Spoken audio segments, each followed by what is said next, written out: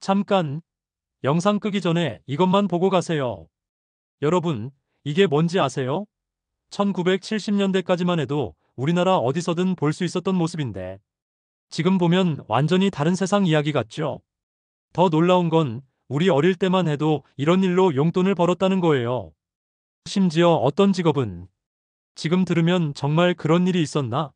라고 할 정도로 믿기 어려운데, 그 당시에는 아주 인기 있는 직업이었답니다.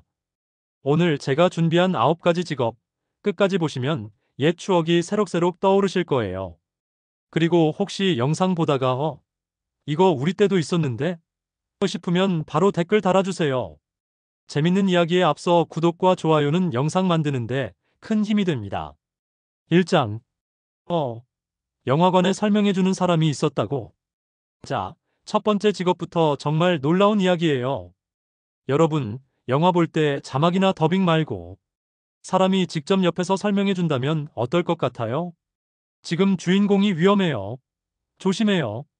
이런 식으로 말이에요. 정말로 있었어요. 1960년대 영화관에는 전기수라는 설명하는 사람이 있었거든요. 나쁜 사람이 나타났습니다. 우리 주인공이 과연 이길 수 있을까요? 이거 정말 재미있지 않아요?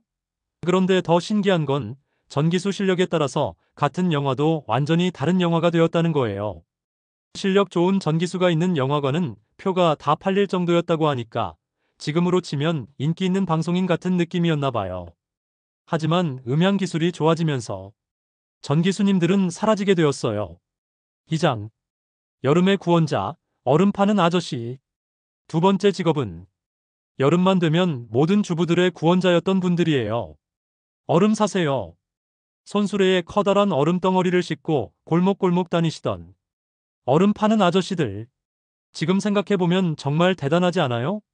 냉장고도 없던 시절에 더운 여름을 어떻게 버텼을까 싶은데 이 얼음으로 수박도 시원하게 먹고 음료수도 차갑게 마셨던 거예요. 그런데 여기서 놀라운 사실 하나. 그 당시 얼음을 만드는 공장에서는 하루에 몇 톤씩 얼음을 만들어서 전국으로 배송했다고 해요. 지금의 택배보다도 빠르고 정확했다니까요. 하지만 1970년대 중반 냉장고가 많이 보급되면서 또 하나의 추억이 되었죠. 3장. 전단지 1장에 얼마? 신기한 아르바이트. 세 번째는 지금 들으면 정말 그런 일이 있었나? 할 만한 이야기예요. 19만 6070년대 밤하늘에서 종종 떨어지던 것들이 있었어요. 바로 삐라라고 불리던 전단지들. 그런데 이게 그냥 버리는 종이가 아니었어요. 전단지 1장마다 돈을 줬거든요. 어린아이들에게는 꿈 같은 아르바이트였던 셈이죠. 아침에 일어나서 길거리를 다니며 전단지를 줍고 그걸로 용돈을 벌고 지금으로 치면 길거리에서 보물찾기 하는 느낌이었을 것 같아요. 하지만 여기서 뒤바뀌는 이야기가 있어요. 이 전단지들 대부분이 정치 이야기였거든요. 그래서 아이들이 주워다 주면 어른들이 관청에 신고를 했던 거예요. 지금 생각해보면 참 복잡한 시대였네요. 사장. 여보세요? 123번 연결해주세요. 네 번째. 이건 정말 옛날 영화에서나 볼 법한 이야기예요. 안녕하세요. 전화 연결해드립니다. 어디로 연결해드릴까요? 맞아요. 전화를 걸려면 전화 연결해주는 분한테 부탁해야 했던 시절이 있었어요. 직접 번호를 누르는 게 아니라 연결해주는 분이 손으로 전선을 꽂아서 연결해주는 방식이었죠. 그런데 이 전화 연결해주시는 분들 정말 대단한 능력자들이었어요.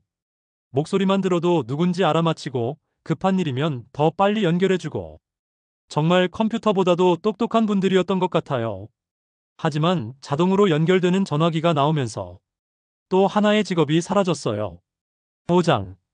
겨울의 필수품, 석유 배달의 추억.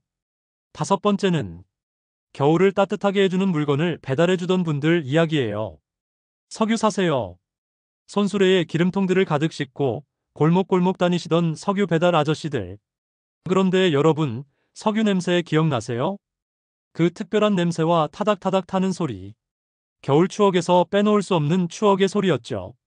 더 신기한 건 석유 배달 아저씨들은 날씨를 알려주는 역할도 했어요.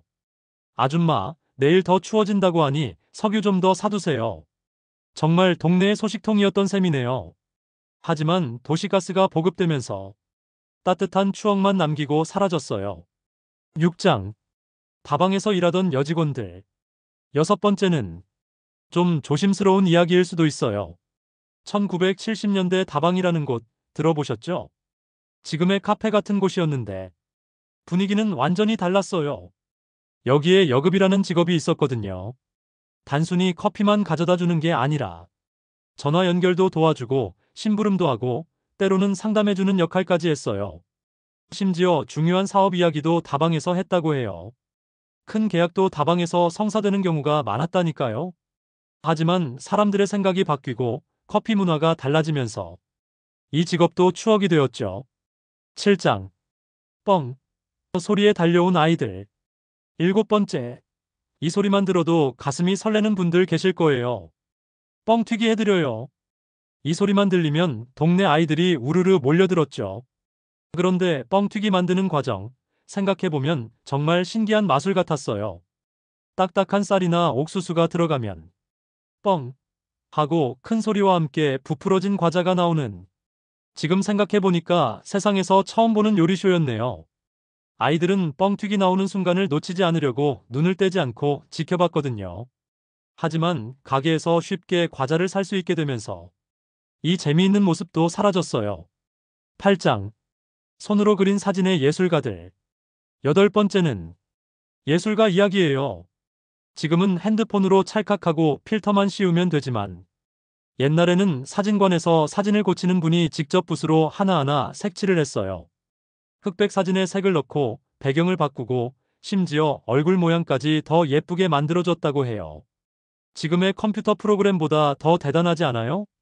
손으로 직접 그리는 거니까 진짜 예술 작품이었던 셈이죠. 하지만 디지털 카메라가 나오면서 또 하나의 기술이 사라졌어요. 정말 아쉬운 일이네요. 9장. 골목을 울리던 리듬, 다듬이질. 마지막, 아홉 번째. 쿵쿵, 쿵쿵. 이 소리 들어보셨나요? 세탁기가 없던 시절, 빨래를 다 널고 나서 다듬이질하는 소리였어요. 큰 방망이 같은 것으로 옷을 두드려서 반질반질하게 만드는 거죠. 그런데 이게 그냥 간단한 일이 아니었어요. 리듬도 맞춰야 하고, 힘도 조절해야 하고, 정말 기술이 필요한 일이었던 거예요. 심지어 다듬이질만 전문으로 하시는 아주머니들도 계셨다고 해요. 동네마다 다듬이질 잘하는 분이 따로 있었을 정도니까요. 하지만 세탁기와 다리미가 보급되면서 이 아름다운 소리도 추억이 되었네요. 자, 여러분. 오늘 9가지 사라진 직업 이야기 어떠셨나요? 생각해보니까 우리가 지금 당연하게 여기는 직업들도 언젠가는 사라질지 모르겠어요. 혹시 제가 빼먹은 직업도 있을까요? 예를 들어 우유 배달하는 분, 신문 파는 아이들, 아니면 구두 닦아주는 분 같은 직업들 말이에요. 여러분의 기억 속에 있는 특별한 직업 이야기 댓글로 꼭 들려주세요. 그리고 잠깐, 구독자 10만 명까지 엄청 많이 남았어요. 이 영상이 조금이라도 재미있으셨다면 구독, 좋아요, 알림 설정 꼭 눌러주세요. 다음 영상에서는 80년대 사라진 놀이들 이야기로 찾아뵐게요. 그럼 다음 영상에서 만나요.